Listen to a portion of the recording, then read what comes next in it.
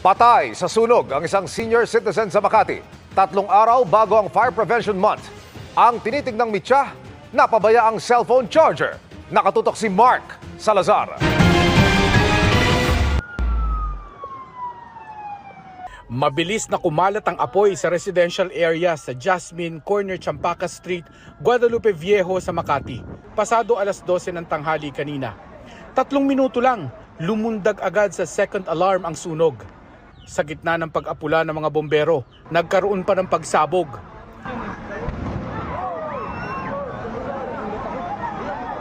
Kung gaano kabilis kumalat ang apoy, ganun din naman kabilis itong naapula at naideklarang fire out 1:53 ng hapon.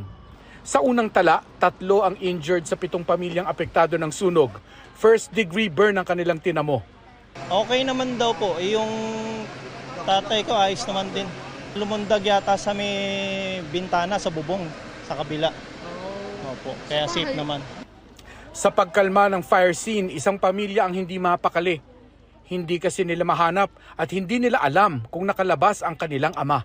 Nakabangon pa din po pero Bagal. mabagal na po. Wala po mata. Kaya hindi nyo nakitang nailabas? Wala po siya ako dito na nasa trabaho Kasi ko. dyan. Nang mapasok ng fire investigators ang inuupahan nilang kwarto, nakumpirma ang kanilang hinala. Kuya, tatay ko. Ang nasawi ay si Arturo Opiñano, 75 years old. Pinroseso ng SOCO ang fire scene bago dinala sa funeraria ang nasawi. Sa paunang investigasyon, napabaya ang cellphone charger sa outlet, ang sanhi umano ng sunog.